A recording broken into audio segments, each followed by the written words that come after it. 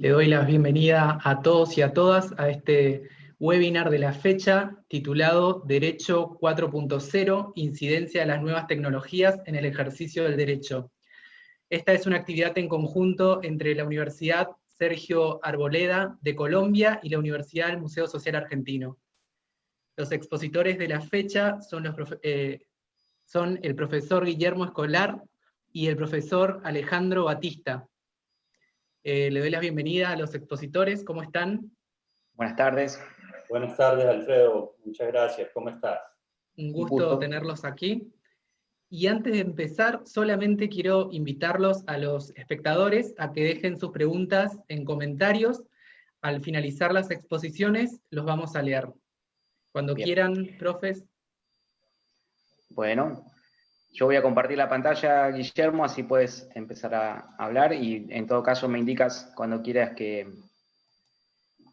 Perfecto, muchas gracias Alejandro, nuevamente Alfredo, muchas gracias por esta oportunidad, gracias a la Universidad del Museo Social Argentino y a la Universidad Sergio Arboleda por organizar este evento y hablar de un tema tan importante como la incidencia de las nuevas tecnologías en el ejercicio del derecho. En el día de hoy, como temario, vamos a iniciar con las causas y el contexto de los principales cambios en el sector legal, para continuar después con el desarrollo de algunas tecnologías que hoy en día están impactando el sector legal. La forma en que los abogados trabajan se encuentra en proceso de transformación. Han surgido nuevas modalidades de prestación de servicios legales, eso lo hemos visto en estos últimos meses sobre todo. Nuevos proveedores se han establecido en el mercado y la manera de litigar y administrar justicia están cambiando. Son muchos los factores que provocan estos cambios. Dentro de ellos tenemos la globalización, la necesidad de los clientes, la búsqueda de la eficiencia y el trabajar de manera inteligente. Sin embargo, dentro de todos estos factores que conducen al cambio en el derecho, hay tres que tienen especial relevancia. Se trata de la crisis financiera, el surgimiento de proveedores de servicios legales alternativos y, por supuesto, la tecnología.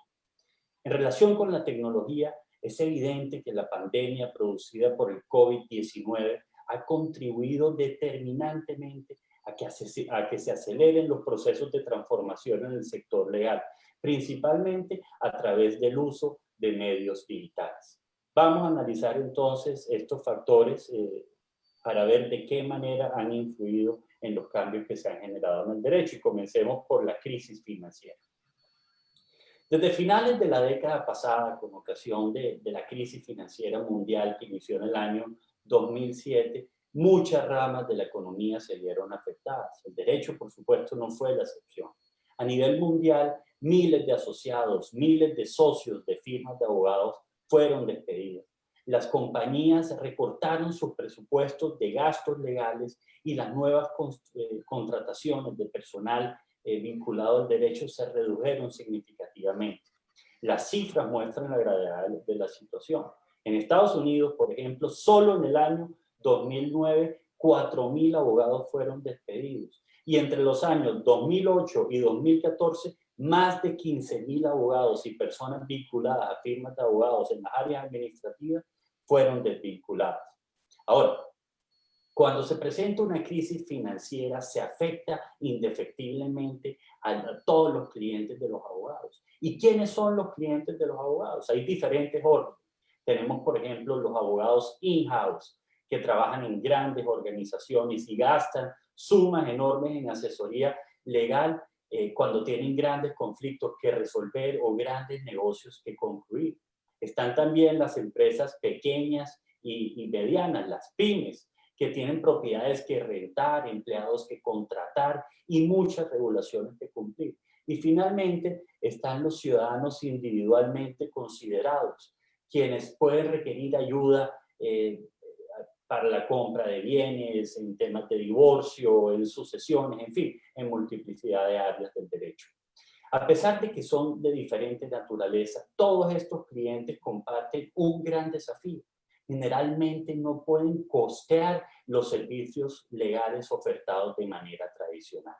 En el caso de los abogados in-house, los directores de departamentos jurídicos coinciden en señalar que enfrentan 3 problemas como consecuencia de una crisis económica.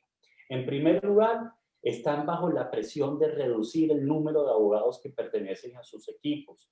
También en la obligación de reducir los costos legales o los costos que gastan en firmas de abogados. Y finalmente, además de estas 2 anteriores, indica que tienen más trabajo legal y más regulaciones que cumplir.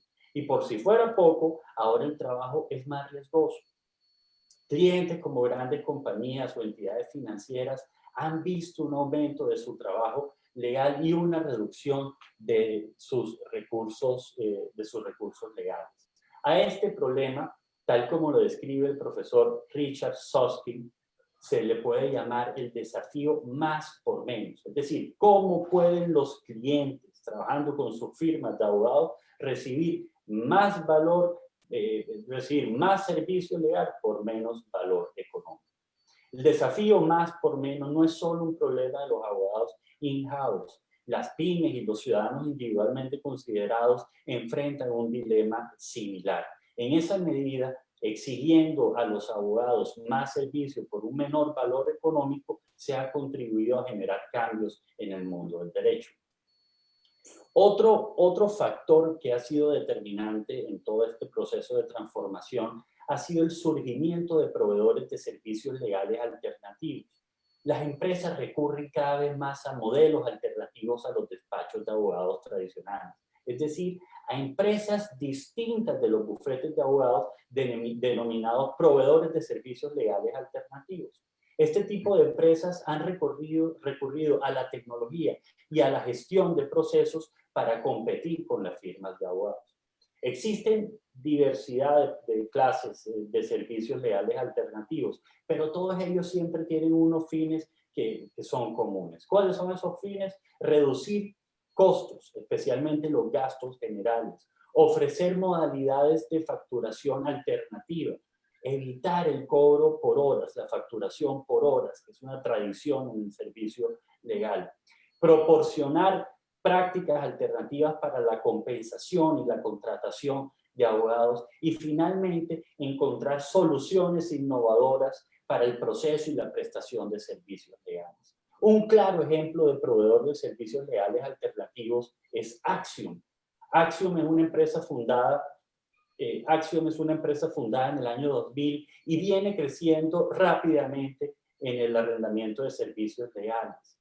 Axiom presta servicios a clientes corporativos en los momentos en que aumenta su necesidad de asesoría legal. Este servicio es particularmente útil para los departamentos jurídicos. Esos departamentos jurídicos que, como decíamos, se han visto reducidos, normalmente tienen unos picos, unas necesidades puntuales de abogados. Y la mejor manera de cubrir con esos picos es a través de empresas como Axiom, que cuenta y dispone de unos abogados generalmente con un costo muy inferior a aquel que cobran las firmas convencionales.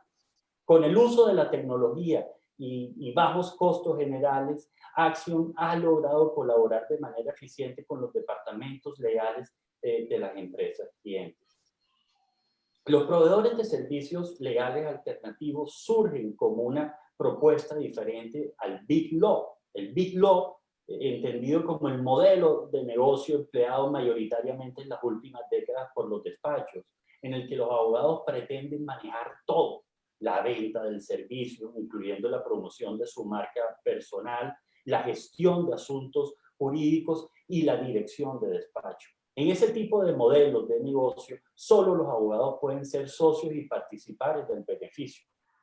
La separación y la eficiencia son la esencia de los proveedores de servicios legales alternativos. A diferencia del Big Law, los proveedores de servicios legales alternativos reconocen que cada asunto legal puede ser analizado y desagregado de manera efectiva.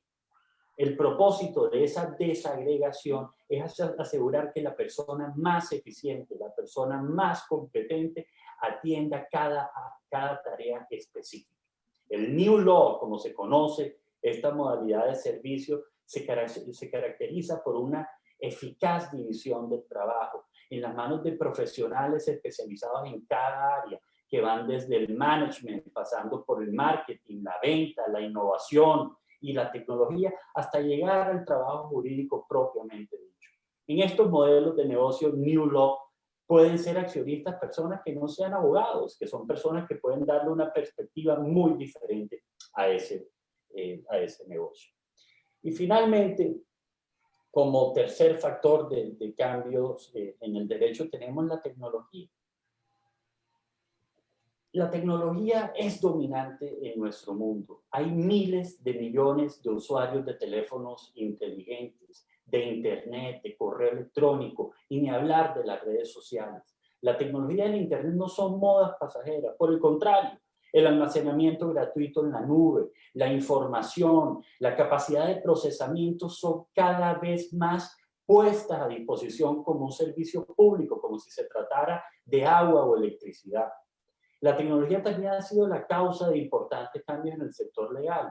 La automatización, el comercio electrónico, la inteligencia artificial, el blockchain, entre otras tecnologías, están transformando el mundo legal. Y ese proceso de transformación venía a un buen ritmo. Los cambios se estaban dando de manera progresiva. Sin embargo, la pandemia generada por el COVID aceleró el proceso a una velocidad no prevista. El COVID-19 ha sido un detonante de cambios, en general en todas las áreas, pero ha sido también un detonante de cambios en el derecho. De eso no cabe la menor duda. Y piensen ustedes, antes del mes de marzo aún veíamos con reserva la firma de documentos a través de herramientas como DocuSign.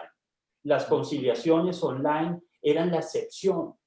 Presentar demandas a través de correo electrónico era imposible.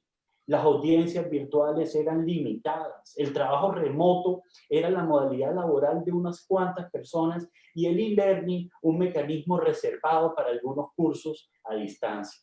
Todo esto cambió. Tecnologías que pensábamos implementar a lo largo de esta década resultaron de repente necesarias en la actualidad. Y por eso hay gran relevancia en hablar un poco sobre esos modelos de negocio, sobre esos tipos de tecnología a través de las cuales hoy en día se están prestando servicios legales y que son una muestra fidedigna de ese proceso de transformación que venimos generado por estos cambios que acabamos de ver. Vamos a hablar entonces de este tipo de tecnologías. Son muchas las tecnologías que están influyendo en el nuevo servicio, en una nueva manera de prestar los servicios legales. Podemos hablar de la automatización de documentos, los mercados legales electrónicos, la asesoría legal en línea, la resolución de conflictos online y muchas otras que seguramente el doctor Alejandro nos explicará más adelante. Vamos a iniciar por la automatización de documentos.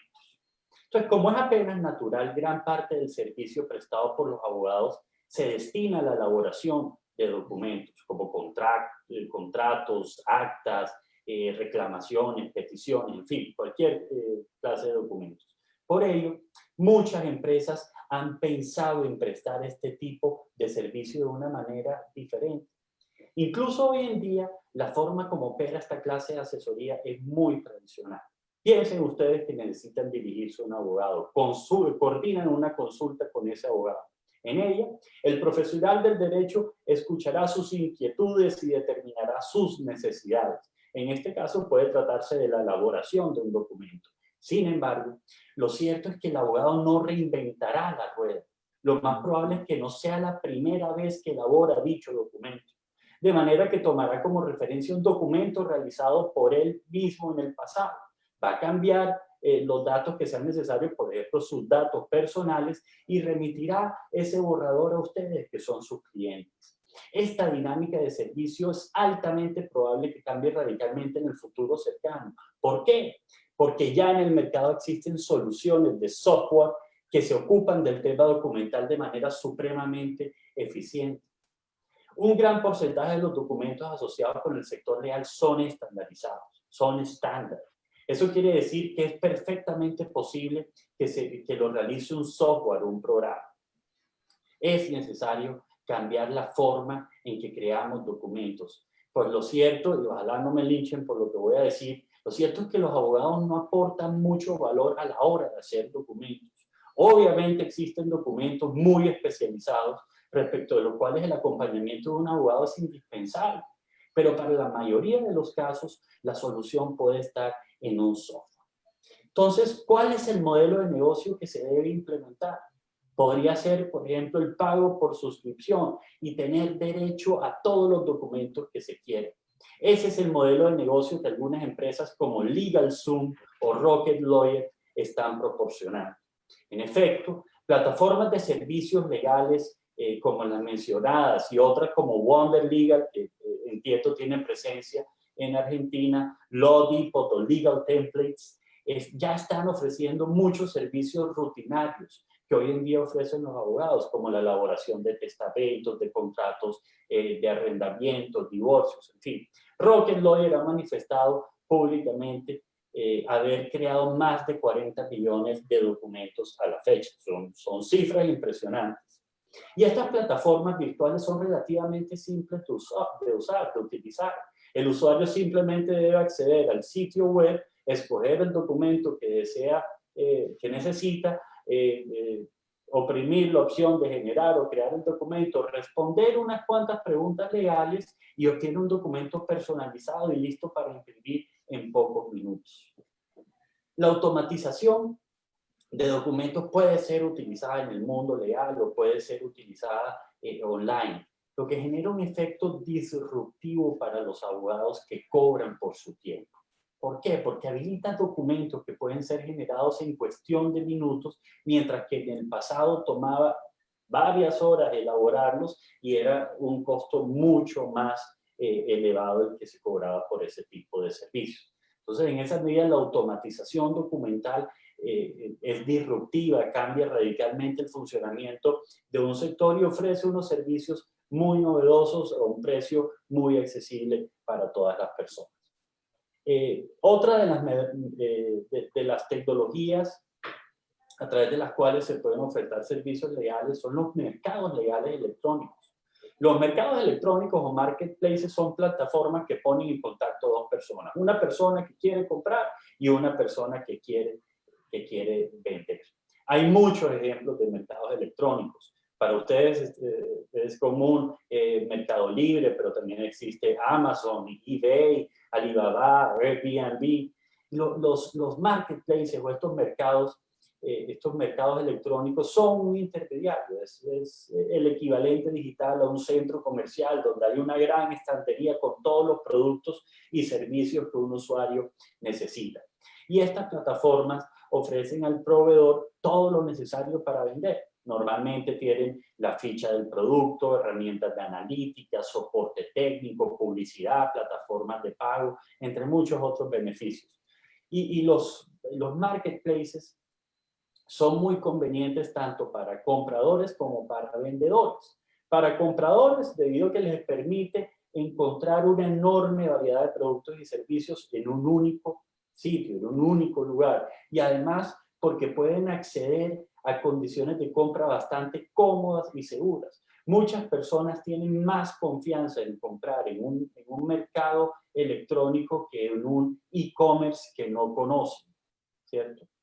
¿Por qué? Porque los marketplaces responderán por cualquier defecto que tenga el producto o el servicio que están contratando. En el caso de los vendedores también hay muchas ventajas, como la posibilidad de acceder a un mayor tráfico, un tráfico mucho mayor que el de un e-commerce propio, el acceso a un nuevo canal de venta, incluso la posibilidad de situarse como líder de un producto o servicio específico, para lo cual la reputación que tenga el vendedor, en este caso un abogado, en esa plataforma es clave. Además, estos mercados electrónicos se ocupan de temas secundarios como las plataformas de pago, la experiencia de usuario, etc. Entonces, generan, otorgan grandes beneficios a los vendedores. En cuanto a los mercados legales electrónicos, son servicios de emparejamiento con abogados destinados a pequeños negocios, a startups, a emprendedores. Los usuarios, ¿qué hacen? Pues publican un requerimiento legal en la página web y en unas cuantas horas reciben una propuesta de servicios legales por parte de abogados que pueden estar muy cerca del territorio en que se solicita. Como complemento de lo anterior, podemos decir que el término mercado legal electrónico es utilizado para referirse a los sistemas de reputación online, que permiten a los clientes compartir sus opiniones sobre los rendimientos del abogado, los niveles de servicio, las tarifas, el buen servicio, mal servicio que ofrece. Incluso existe la posibilidad de calificar a esos abogados. Y es tan importante esta herramienta que estos sistemas que apenas están surgiendo pueden tener un efecto en el futuro que ya les voy a indicar. Hoy hay muchos ejemplos de mercados legales electrónicos en el mundo. Por ejemplo, el abogado.com funciona en España, está AppCounsel en Estados Unidos y otros como Legally Yours o Lexto. Todos estos son buenos ejemplos de un mercado legal electrónico. Y como es un tema reputacional y como podemos calificar el servicio de ese abogado que contratemos, es muy probable que en pocos años sean tan persuasivos como los influyentes directorios impresos que han rankeado a los abogados y a las firmas de abogados en los últimos años, como lo ha hecho Chambers & Partners. Entonces, los mercados legales electrónicos se convierten hoy en día en una excelente forma de contratar servicios legales, de acceder a servicios legales. Y esto toma mayor relevancia cuando hoy, para buscar un abogado, lo primero que hacemos es ingresar a Google. Entonces, esos mercados electrónicos son una solución para todos esos abogados independientes que no quieren pertenecer a una firma de abogados, que encuentren una herramienta para acceder a un público mucho mayor. Otro de los sistemas de tecnología, otra tecnología legal, es la asesoría legal en línea. Estos son sistemas que pueden proporcionar información legal, guías legales e incluso asesoría legal en Internet. Pueden estar basados en suscripciones, pagos por suscripción, o puede tratarse también de un pago por evento. Normalmente se trata de sitios de bajo costo, pero que tienen muchas áreas de práctica y un gran volumen de trabajo. Un claro ejemplo de este tipo de tecnologías es Rocket Lawyer.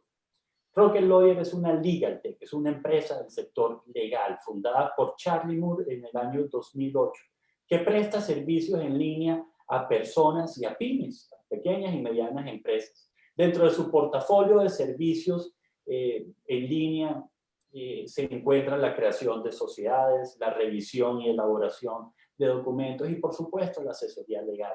Y para eso Rocket Lawyer cuenta con una gran red de abogados especializados, de abogados que cuentan con una gran experiencia y que pueden brindar un servicio de muy alto nivel a las personas que lo contratan, pero un servicio con unos costos más reducidos, con unos costos bajos.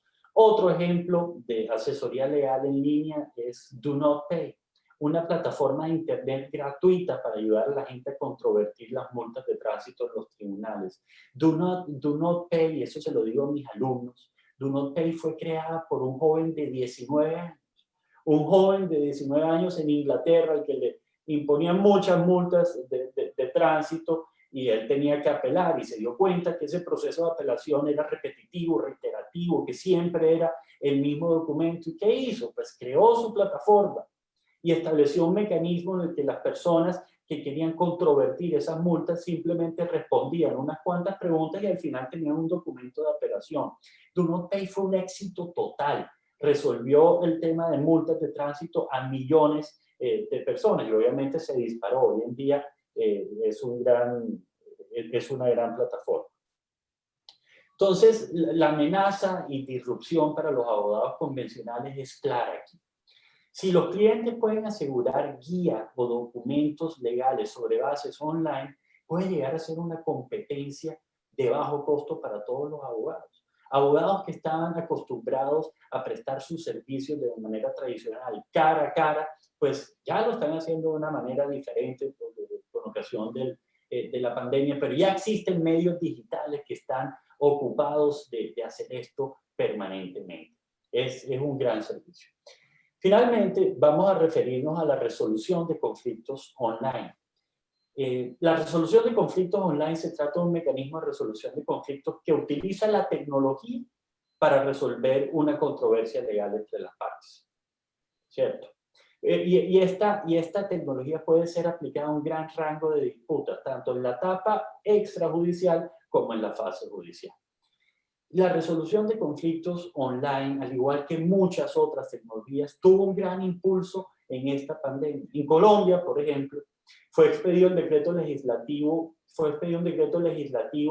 que tenía la finalidad de mantener la continuidad de la prestación de servicios de justicia alternativa, los procesos arbitrales y los trámites de continuación extrajudicial. ¿Y cómo pretendía hacer eso? Permitiendo que dichos mecanismos se adelantaran mediante el uso de la tecnologías de la comunicación y la información. Con fundamento en esto, en los últimos meses, desde que inició la pandemia, hemos sido testigos de la realización de audiencias de conciliación a través de plataformas como Zoom, Teams o Meet, o incluso por medio de videollamadas de WhatsApp. ¿Ustedes se imaginan en el mes de febrero haber pensado en esto? Todos hubieran dicho que era una locura. Entonces, el COVID ha generado ese impulso, lamentablemente, pero ha generado ese impulso para que esa transformación sea a un ritmo mucho más acelerado. La resolución de conflictos, volviendo al tema, la resolución de conflictos es vista como el equivalente en línea a los mecanismos alternativos de solución de conflictos.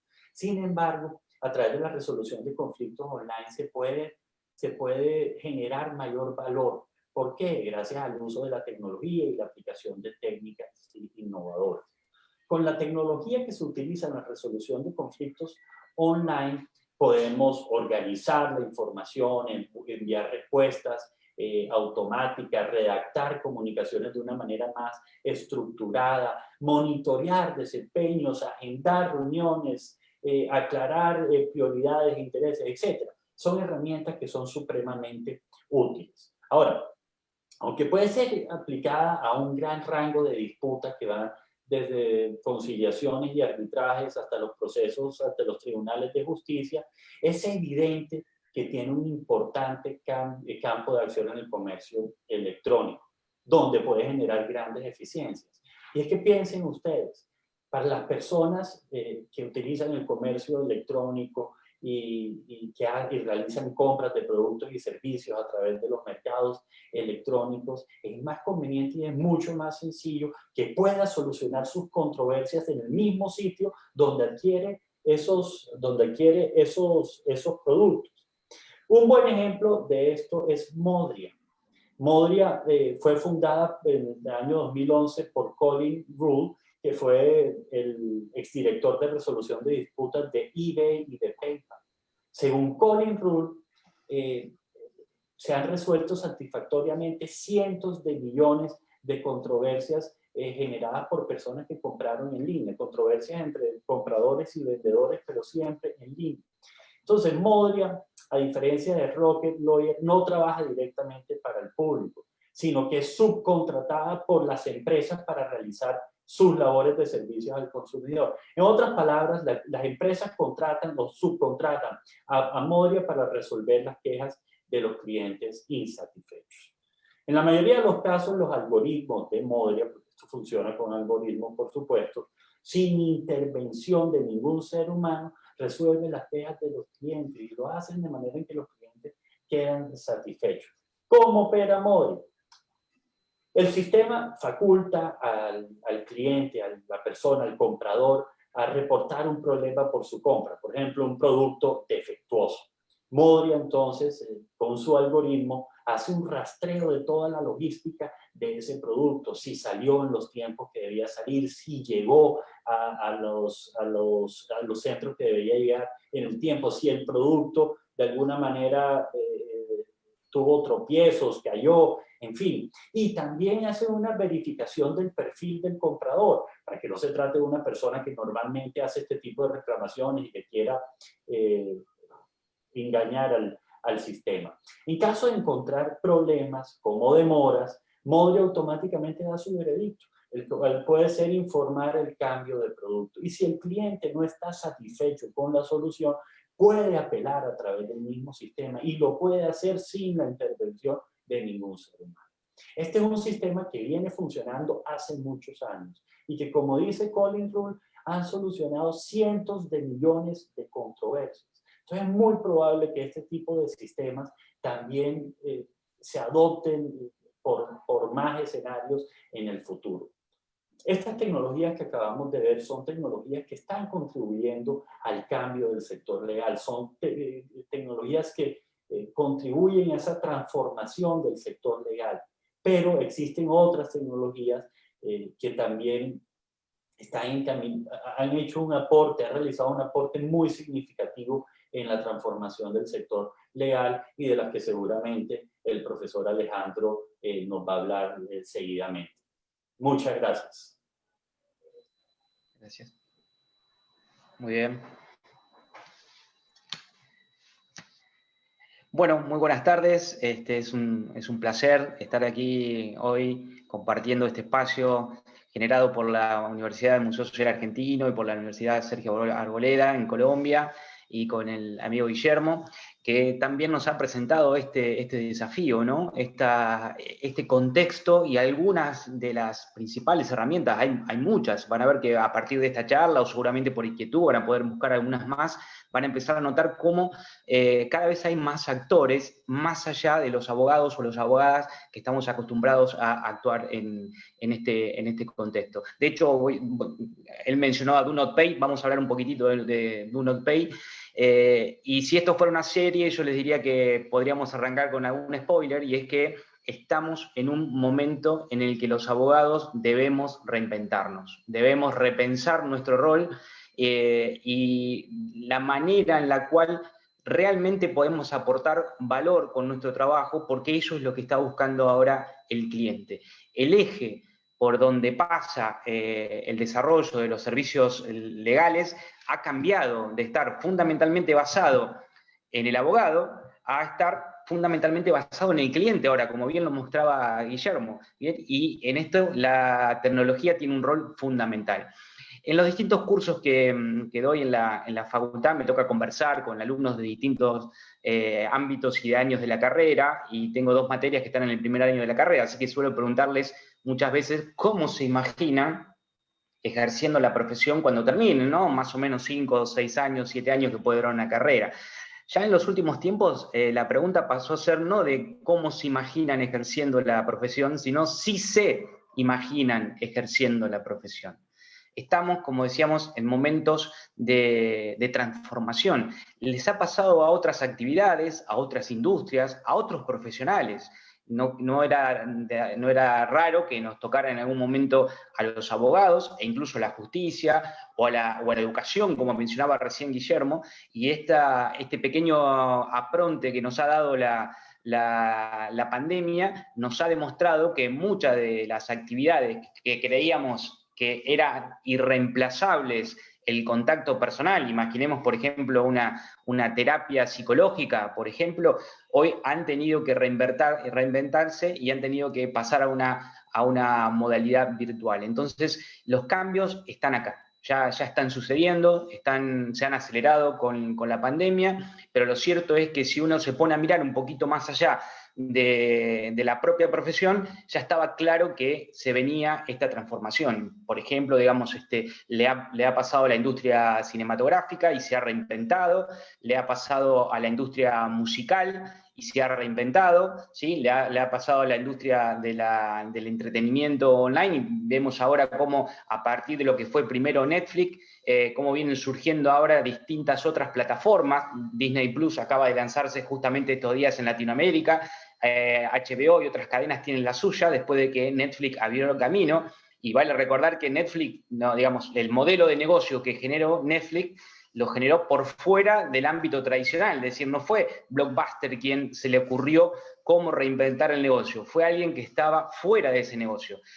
Algo parecido ha sucedido con otros modelos, como por ejemplo Uber, ¿sí? Uber no nació de la propia industria del transporte automotor privado, de los taxis o licenciados por el Estado, surgió por fuera.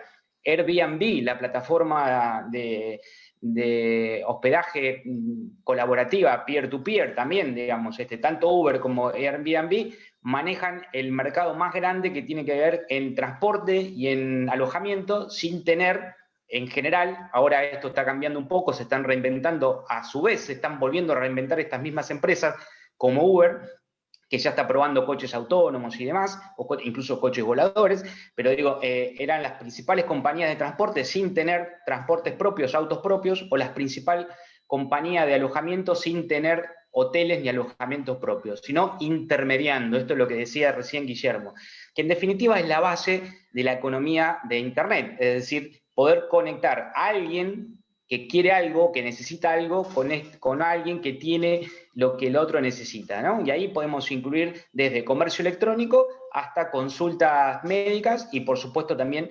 consultas jurídicas.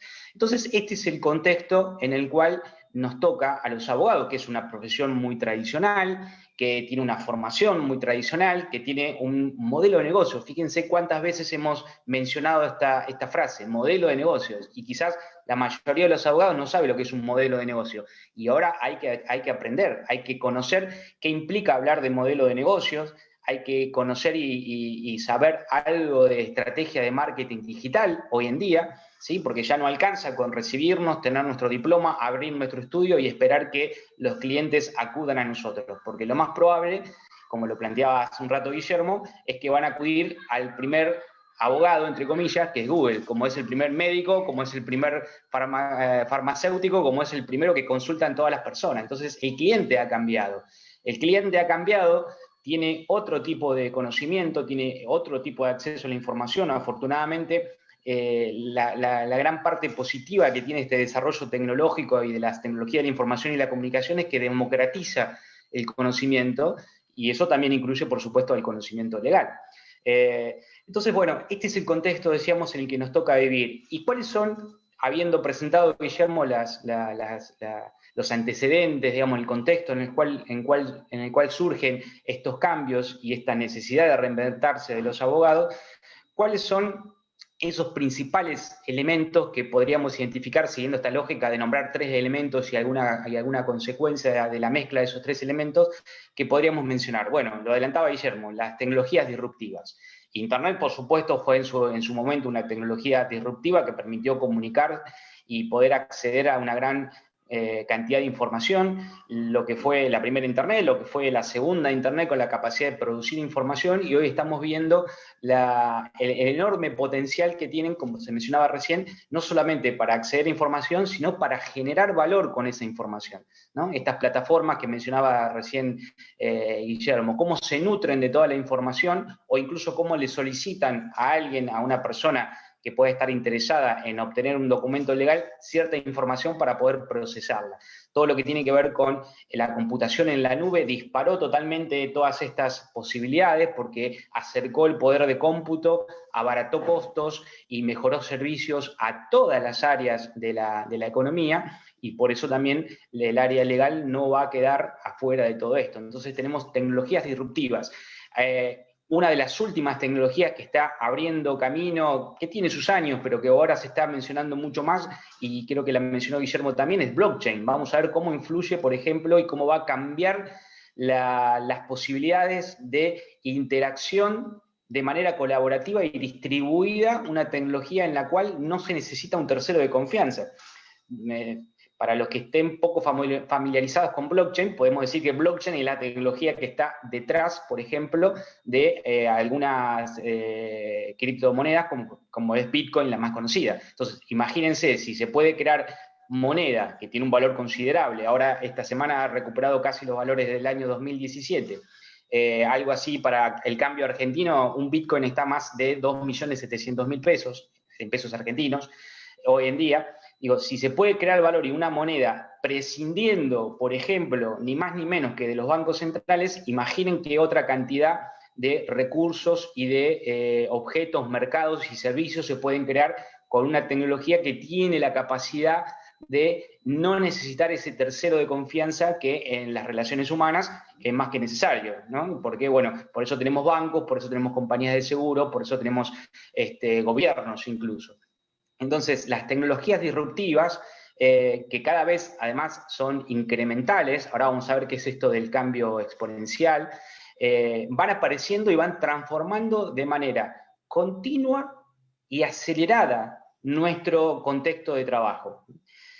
El Big Data, ¿no? La posibilidad a partir de este poder de cómputo, de generación de información, de cantidades enormes, pero enormes, que nosotros no podemos imaginar de información, en el ámbito legal también ha venido cambiando, porque estas empresas que se mencionaban recién, junto con otras que vienen por allí del mercado más tradicional, de proveer, por ejemplo, servicios de legislación, doctrina o jurisprudencia a los abogados, tienen hoy la posibilidad de procesar con tecnología adecuada, con reconocimiento del lenguaje natural y demás, grandes volúmenes de información. Y pensemos, más allá de que los abogados solemos creer que nuestra tarea es muy especial y que es muy artesanal y que no la podría hacer otra persona, pensemos cuántas veces frente a una consulta, como antes mencionaba Guillermo, o bien vamos a un modelo que ya tenemos armado, o bien vamos a revisar antecedentes normativos o antecedentes jurisprudenciales. Bueno, eso claramente hoy no vamos a poder competir, porque eso lo hace más rápido,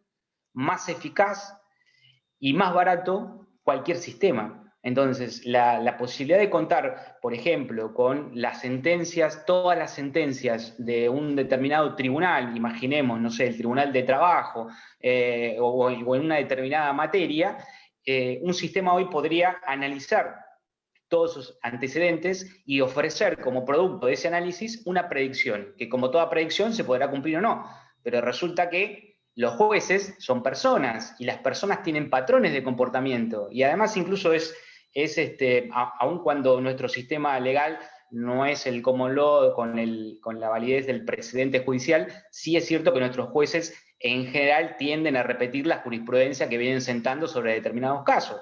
Con lo cual, esa predicción, si uno tiene la suficiente cantidad de datos, es bastante precisa. Imaginemos nosotros entonces, o bien a un abogado que consuma estos servicios y que le pueda decir qué probabilidades tiene cuando va a iniciar una causa, o al revés, decirle cómo debe iniciar una causa y cómo debe plantearla para poder tener más probabilidades de éxito. Y ahí tenemos aparejado el tercer elemento que está involucrado en esto, que es la inteligencia artificial. Los desarrollos de inteligencia artificial que fueron apareciendo, los trabajos sobre inteligencia artificial tienen más de 50 o 60 años, pero ahora estamos viendo los primeros resultados de un par de décadas atrás y nos asombramos, así que imaginemos lo que vamos a ver dentro de poquitos años con lo que se está haciendo actualmente en inteligencia artificial y que posibilitan, como decíamos recién, poder interactuar. ¿Con qué? Con la materia prima que usamos los abogados, que son los textos, por ejemplo. Entonces, la posibilidad de procesar el lenguaje natural, de poder hacer consultas a nivel del lenguaje natural, los chatbots que se mencionaban recién, como robots conversacionales que pueden, a partir de entablar alguna conversación o de solicitar algunos datos o algunas preguntas a un cliente o a un interesado, poder construir, están hoy a disposición de cada uno de nosotros. Existen distintas herramientas donde si nosotros queremos probar, podemos generar un chatbot para nuestro sitio web, podemos generar un chatbot, yo recuerdo haber hecho alguno para mis cursos en la facultad, para automatizar la tarea. Hoy hablábamos de automatizar tarea, cuánto de la tarea de los abogados se podría automatizar, estandarizar. Doy el ejemplo de la facultad. En la facultad, por experiencia en los distintos cursos, hay un montón de preguntas que los estudiantes suelen hacer de orden operativo. Bueno, ¿dónde está el programa de la materia? ¿Cuál es la bibliografía recomendada? ¿A dónde puedo ir a buscar tal material? ¿Cuándo son los horarios de clase? ¿De qué manera puedo consultar? Bien, bueno, todo eso en su momento lo pusimos en un chatbot y automatizamos todas esas consultas. Y por supuesto tenía abierta una posibilidad de que cuando el robot no entendía la pregunta, poder derivar a la consulta del docente. Y todo esto, en definitiva, lo que plantea, Guillermo lo citaba, a Richard Susskind, profesor de Oxford, que viene escribiendo hace varias décadas sobre este tema. Recomiendo leer sus libros, que ahora incluso están disponibles en español, como desde El fin de los abogados, repensando la lógica de los servicios jurídicos, es uno de sus textos. El abogado del mañana es otro de sus textos. Las profesiones del futuro es otro de sus textos muy interesante, y él nos habla de esta posibilidad que, insisto, ha pasado en otros casos, en otros mercados, que es la de desintermediación. ¿Por qué? Porque, bueno, en el mercado tradicional legal, los abogados detentábamos cierto poder. Por esto que decíamos antes también, porque todo el servicio legal estaba orientado a los abogados. El abogado es el que conocía la ley, el que sabía encuadrar un caso jurídico y sabía, e incluso hasta por una cuestión de lenguaje, que además ya ahora hay una tendencia de los distintos poderes judiciales. Aquí en Argentina ha pasado, hay varias leyes que se han sancionado sobre el lenguaje sencillo en las normativas y demás, pero hasta por una cuestión de lenguaje técnico, los abogados éramos indispensables. Richard Susskind decíamos que era, y que podemos dejar de ser, o que estamos camino de dejar de ser, la interfaz entre el derecho y el ciudadano, ¿sí? Hasta ahora éramos el traductor, porque para el ciudadano común, digamos, las normas legales, las sentencias judiciales, con mucha más razón, estaban escritas en otro idioma, directamente parecían escritas en otro idioma. Y ahí entrábamos los abogados como una suerte de traductores del idioma o de la terminología jurídica a los ciudadanos, y viceversa, ¿no? El encuadre de las situaciones, los hechos, los problemas que tenía una persona hacia el marco legal aplicable. Pero eso es lo que está cambiando. Por ejemplo, con empresas como las que mencionaba recién Guillermo, ¿sí? Que apelan a procesar información, a buscar antecedentes y a poder poner a disposición directamente a los interesados, a los clientes, productos legales, servicios legales como puede ser evacuar una consulta. Por supuesto que en muchos países, Argentina es eso, y supongo que Colombia también, es obligatorio el patrocinio de un abogado o una abogada cuando alguien tiene que acudir a los tribunales, y eso va a seguir siendo así, pero imaginemos cuánto otro campo de trabajo tenemos los abogados en consultas, o en elaboración de documentos, como se decía recién, de contratos, testamentos, etc. Bueno, ahí ya ahora no solamente competimos con otros profesionales, sino que vamos a empezar a competir con sistemas o con servicios de estos servicios adicionales o paralegales, en el sentido que pueden estar desempeñados por otras personas, no necesariamente abogados. Por eso también es interesante, y lo hemos dejado allí en la presentación, esta sugerencia que hace Susskind, que es: los abogados deberíamos preguntarnos ¿para qué problema somos la solución? Que es una buena pregunta para cualquiera que pretenda vender un servicio o un producto, ¿no? ¿Para qué problema podemos ser la solución? Nosotros tenemos que poder buscar responder esa pregunta, y eso nos va a permitir conocer a nuestros clientes, y conocer a nuestros clientes nos va a permitir, como decíamos recién, poder reinventarnos y poder estar allí para poder brindar nuestros servicios. Guillermo mencionaba Do Not Pay, yo lo puse aquí justamente porque con alguna diferencia con de esas otras herramientas legales modernas que han mencionado, en las cuales detrás o bien hay abogados, en los marketplaces jurídicos que decíamos recién, que conectan a clientes con abogados, hay abogados detrás, o en alguna de estas empresas que hay abogados elaborando alguno de los documentos. El caso de Do Not Pay, bien lo decía Guillermo, no hay ningún abogado detrás. Hoy por hoy no hay ninguna persona, pero además la persona que estuvo originalmente detrás fue este joven, Joshua Browder, que con 17, 18 años en Inglaterra, bien lo comentaba Guillermo, a raíz de una situación particular, pensó cómo podía automatizar o ayudar a otras personas que tenían problemas con multas de tránsito. Y lo hizo, lo pensó, lo diseñó un poco en el año 2015 y lo puso a disposición abierto a través, como decíamos recién, de un chat conversacional en el año 2016. Y durante esos 2 primeros años, durante el 2016 y el 2017, este robot trabajó en más de 375.000 apelaciones de multa de tránsito, con una tasa de éxito del 50% o más. Y recuperó, miren ustedes esta cifra, recuperó más de 16 millones de dólares en multas. Imaginen cualquiera de nosotros, si fuera ese abogado, ¿no? Con los honorarios que podríamos tener con un muy pequeño porcentaje de ese monto recuperado. Hoy Do Not Pay se ha ampliado está trabajando en distintos países, no solamente del Reino Unido, sino también de Estados Unidos, en distintos países de Europa, además del Reino Unido y en Estados Unidos, y ha ampliado también su competencia no solamente a multas de tránsito, sino también a ciertos reclamos, por ejemplo, a compañías aéreas o a compañías de seguro, ¿bien? Así que si lo quieren probar, lo pueden probar. Y la inteligencia artificial y los sistemas, si lo veíamos por un lado a Do Not Pay, como la competencia de un abogado desarrollado por alguien que no es abogado, también tenemos sistemas de inteligencia artificial que están empezando a operar en el ámbito de la justicia, digamos, el otro gran ámbito con el cual nos movemos los abogados. Los abogados trabajamos o asesorando a clientes o patrocinando a clientes dentro de en el ámbito de la administración de justicia.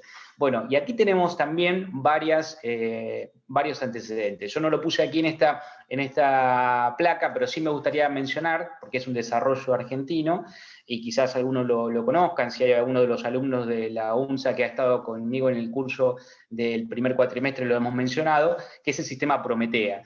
Y que incluso creo que está funcionando también en el Tribunal Constitucional en Colombia, además de otras instancias internacionales en materia de derechos humanos. Es un desarrollo que hizo el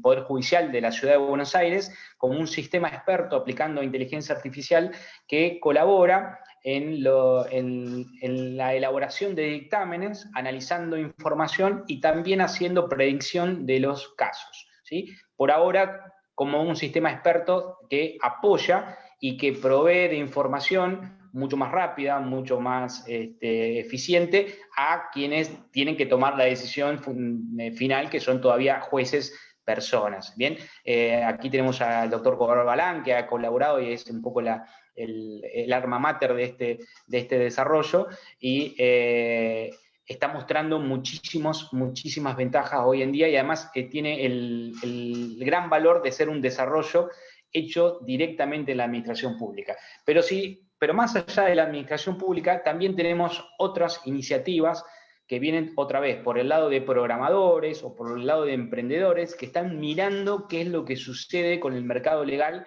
y de qué manera se puede mejorar ese sistema, que tiene sus fallas, por supuesto. Y aquí tenemos el ejemplo de Kleros. Kleros es un desarrollo de una startup argentina liderada por Federico Ast, que lo que se plantea es una solución de controversias en línea, algo similar a la Nodria, como mencionaba recién Guillermo, solamente que aquí está combinado con la tecnología blockchain. Y lo que pretende es una justicia distribuida, porque esa es la característica que tiene la tecnología blockchain, que no está centralizada en ningún lugar. Kleros es la evolución de un proyecto anterior que se llamó Crowdjury, que para que tengan una idea, como una especie de declaración de principios, su lema en la página web era una justicia sin jueces ni abogados. Una justicia sin jueces ni abogados. En definitiva, cuando uno lo mira, y si estamos hablando de estudiantes de Derecho lo van a comprender mejor, en definitiva lo que tiene detrás, la idea que está detrás de esto es el arbitraje, un mecanismo de resolución de conflictos que está previsto, por supuesto, en nuestros códigos formales, tanto en Argentina como imagino también en Colombia, pero que normalmente es poco utilizado, o solamente es utilizado en determinados ámbitos comerciales. Bueno, hoy mencionaba Guillermo lo de los sistemas de resolución de conflictos online en materia de patentes e invenciones, están muy utilizados, y de propiedad intelectual se utilizan muchísimo a nivel internacional. Bueno, lo que se plantea Kleros en este caso es trabajar con una serie de personas que se anotan y participan como jurados, en realidad son árbitros, que dicen tener cierta preparación o cierto conocimiento en determinadas áreas, y lo que ofrece la plataforma es para que si dos personas tienen alguna disputa, normalmente de poco valor, que no ameritaría estos costos que decíamos al principio de contratar un abogado, o los tiempos, no sé cómo será en Colombia, pero aquí en Argentina los tiempos que implica un proceso judicial son muy largos. Entonces ahí tenemos un costo muy grande también que se genera a partir de llevar a una disputa judicial directamente a los estrados formales. Entonces lo que plantea Kleros es que esas dos personas puedan derivar su disputa a la plataforma selecciona jurados al azar, y esos jurados tienen que resolver quién tiene razón, analizando las pruebas y resolver por una votación quién tiene razón. Detrás de este funcionamiento está la teoría de los juegos también, está la teoría de los incentivos, porque hay incentivos económicos. Yo, como juez, no voy a fallar de cualquier manera como jurado en cleros, porque puedo perder parte de mi reputación, que se mencionaba antes, que es muy común en todos estos sistemas distribuidos, pero también puedo perder dinero, porque los jueces ponen a disposición, para poder ser jueces, una moneda virtual que ha sido generada también aquí en Clero. Clero está funcionando, se está probando en distintos ámbitos, y no sería raro que, como ha sucedido en otros países, empecemos a tener una respuesta privada a sistemas de resolución de conflictos. Entre otras cosas porque el Estado no da abasto. La judicialización cada vez mayor de distintas situaciones hace que el sistema de justicia no llegue con respuesta adecuada a las inquietudes que tienen los ciudadanos. Entonces habrá que ver iniciativas como esta, o iniciativas como hay en otros países, decíamos en China, Estonia, Reino Unido, que están empezando a implementar lo que ya son sistemas de inteligencia artificial directamente aplicados a juicios o a disputas de menor cuantía, donde se supone que hay menos complejidad de los casos. Esto es algo que hay que prestar atención. Y hablábamos recién de la pandemia y los cambios. Y a mí me gusta tomar este ejemplo que me pareció muy, muy gráfico sobre de qué hablamos cuando hablamos de grandes cambios o de cambios acelerados o de cambio exponencial. ¿Bien? Este es un ejemplo para entender este cambio que lo podemos plantear de esta manera. Tenemos un tubo de ensayo donde hay unas bacterias allí en el tubo de ensayo que tienen la capacidad de reproducirse y de duplicarse cada minuto que pasa. Y nosotros sabemos, hemos visto que a la hora, cuando pasaron 60 minutos, ese tubo de ensayo está repleto de bacterias, ya no entra ninguna más. Entonces, la pregunta es, ¿qué pasaba 5 minutos antes? ¿Qué pasó o cómo estaba ese tubo de ensayos 5 minutos antes? Por supuesto que la intuición general o la tendencia es a creer que, bueno, obviamente si a los 60 minutos estaba completo ese tubo de ensayo, a 5 minutos antes estaba casi completo. Pero miren lo que sucede, por eso es el cambio exponencial. Si se va duplicando la cantidad de bacterias cada minuto, eso quiere decir que si a los 60 minutos había el 100%, un minuto antes había el 50%, 2 minutos antes había el 25%, 12 y 6. 5 minutos antes de que se completara el tubo, teníamos apenas el 3% del tubo completo. ¿Qué quiere decir? Que si cambiamos aquí bacterias por sistemas, por robots, por nuevos actores en el mercado judicial, ojo que un día nos vamos a despertar y vamos a tener el 100% del tubo completo. Es decir, eso es el cambio exponencial. La tecnología tiene ese cambio exponencial que incluso ha sido llevado y escrito como ciertas leyes, la ley de Moore, de la duplicación de la cantidad de procesamiento de la información, y eso lo vemos, digamos. Yo crecí cuando teníamos los teléfonos que había que hacer girar una ruedita para comunicarnos, y hoy tenemos más capacidad de cómputo en nuestro bolsillo, en nuestro teléfono celular, que el cohete que llevó al hombre a la luna, ¿no? Entonces, bueno, eso lo vemos. Por eso es que hay que prestar atención. ¿Esto implica que tengamos que estar con miedo o que tengamos que temer? No, implica que tenemos que repensarnos, como decíamos antes, tenemos que poder ser capaces de reinventarnos y de poder analizar hasta qué punto podemos agregar valor a nuestro trabajo haciéndolo de otra manera. Y para ir terminando, entonces, ¿qué podríamos decir? Bueno, hay ciertas, para mantener esta idea de 3 puntos y una consecuencia, ¿qué habilidades uno podría decir que sería interesante, y por eso lo importante de charlas como esta en estos ámbitos, que pudieran empezar a promoverse o a plantearse mucho más en el ámbito de la formación, primero de los abogados y luego del ejercicio profesional? Bueno, claramente habilidades digitales. Hoy no podemos ser profesionales del derecho y analfabetos digitales. No es posible, ya no podemos sostener eso. Es como si pretendiéramos ejercer el derecho en un país donde no conociéramos ni el idioma ni las normas. Bueno, hoy hay que conocer algo de las herramientas digitales, y conocer las herramientas digitales empieza, por un lado, como herramienta de nuestro propio trabajo. Entonces, allí si seguimos utilizando la computadora como una máquina de escribir, no estamos aprovechando el potencial que tiene esa nueva herramienta. Por otro lado, tenemos que empezar a conocer cierta terminología. No digo ser especialistas o estudiar informática a la par de la abogacía, pero necesitamos conocer algunos términos técnicos y necesitamos conocer algo de informática para poder ejercer nuestra profesión. Siempre le digo lo mismo a los estudiantes. Miren, ustedes pueden dedicarse a lo que quieran. No necesariamente van a hacer derecho informático el día de mañana, pero van a necesitar probar. Y si buena parte de nuestra interacción cotidiana hoy está mediado por la tecnología, hagan lo que hagan, se dediquen a lo que se dediquen, van a tener necesidad de aportar prueba digital. Entonces, si uno no entiende algo de prueba y evidencia digital y de las características, no sabe dónde buscar. Entonces, no sabemos directamente dónde buscar. No es que vamos a poder probar más o menos, no vamos a saber buscar pruebas. Entonces, habilidades y competencias digitales. Esto tenemos que empezar a desarrollarlo. Esas habilidades digitales, como decíamos recién, van más allá incluso del ejercicio de la profesión. Tenemos que conocer algo de marketing digital, tenemos que saber cómo posicionarnos, tenemos que conocer algo de marca personal, de cómo fomentar y cómo gestionar nuestra marca personal, de cómo tener presencia en la red, de lo que implica nuestra reputación en la red. Empezar a conocer, como decíamos hace unos minutos, algo sobre cómo se generan modelos de negocio, qué es hablar de un modelo de negocio, aprender algunas de las herramientas para identificar quién es nuestro cliente, cuáles son sus necesidades, de qué manera está organizado nuestro mercado, quiénes son nuestros competidores.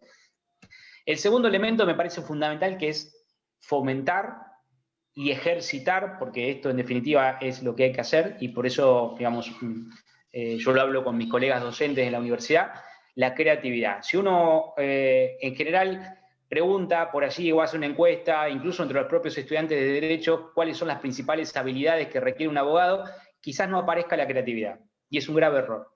Nosotros necesitamos poder aportar creatividad, porque de la creatividad y de la capacidad de innovación que va ligada a la creatividad va a depender en buena medida nuestras chances de lo que decíamos antes, de reinventarnos. Entonces, los abogados tenemos que poder trabajar con otras personas, con otras profesiones. Esto también lo marca Susskind. Vamos a empezar a trabajar de manera distribuida. Muchos de los trabajos que ahora hacemos los abogados, quizás ahora lo van a hacer otras personas que van a estar prestando servicio, pero para ello, nuevamente, tenemos que reinventarnos y tenemos que conocernos previamente cómo somos y cuál es nuestro mercado legal. Y de esa manera podemos llegar a generar que sería el círculo virtuoso, que sería la reinvención permanente. Vivimos en una época de cambio, vivimos en una modernidad líquida, para tomar las palabras de Zygmunt Bauman, así que no podemos aferrarnos a estructuras sólidas o a esquemas rígidos. Tenemos que poder ser flexibles, tenemos que poder anticiparnos en lo posible y adaptarnos al cambio. Y el cambio se viene. Y bueno, para cerrar siempre me gusta utilizar alguna frase que nos deje alguna expectativa, alguna esperanza. Y este es un viejo dicho holandés, y que dice, bueno, la verdad es que no podemos impedir que el viento sople, pero podemos construir molinos de viento. Así que bueno, sería bueno que nos arremanguemos los abogados, empecemos primero a conocer, a empaparnos de estas cosas, a interesarnos, y de esa manera vamos a poder estar en condiciones de construir los molinos de viento que esta nueva realidad nos está exigiendo. Muchas gracias.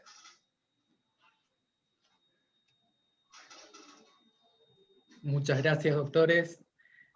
Por el momento no hay preguntas, pero hay saludos y agradecimientos de distintas partes de la Argentina, Brasil y Colombia. Muchas gracias. Muchísimas gracias. Voy a pasar otra vez aquí a donde están los datos de Guillermo para que puedan tomar nota. Y de todas maneras, siempre a través del Facebook de las distintas universidades se pueden poner en contacto con nosotros sin ningún inconveniente. Y estoy convencido que este es el primero de muchas colaboraciones que vamos a tener y de muchos eventos y actividades en conjunto que vamos a organizar. Espero que sea así. Me pareció muy enriquecedora tu exposición, muy completa, muy realista y sobre todo con una importante conclusión. Todas estas tecnologías tenemos que nosotros tenerlas en cuenta, pero para definir cuál es ese perfil del abogado. Esas competencias que tú dices que debemos tener nosotros mañana, porque de nada sirve conocer estas tecnologías, pero mantener un perfil tradicional, convencional de ahora. Nosotros tenemos que también cambiar con la tecnología un poco. Muy importante eso. Exactamente, porque además la característica de la tecnología, de este tipo de tecnología digital, es que el provecho se lo termina dando el usuario. Entonces va a depender de las capacidades que tenga el usuario, porque hay un concepto que seguramente también se ha discutido mucho en Colombia y en otros sectores, sobre todo en Latinoamérica, que es el de brecha digital. Cuando recién aparecieron todas estas tecnologías, por supuesto que es un tema importante el de la brecha digital, lo que sucede es que en un comienzo esa brecha digital estaba enfocada en el tener la tecnología, en poder tener acceso a la tecnología. Hoy, como bien mencionabas, y Argentina es un caso, la penetración del teléfono celular es amplísima. Hay más teléfonos de celulares con líneas activas que habitantes en Argentina. Entonces, ahí tenemos una puerta de acceso. Por supuesto que después hay distintas gamas, pero el tener acceso a la tecnología no implica aprovechar la tecnología. Y esto ha pasado justamente ahora con el tema de la pandemia, donde, sobre todo en las grandes ciudades, yo estoy en la ciudad de La Plata o en la ciudad de Buenos Aires, en el caso de los estudiantes de la UNSA o de la Universidad de La Plata, donde soy profesor, todos tenían acceso a la tecnología, todos tenían computadora, todos tenían teléfono celular. Ahora, poder aprovechar eso para hacerlo parte de un proceso de enseñanza-aprendizaje es otra cosa.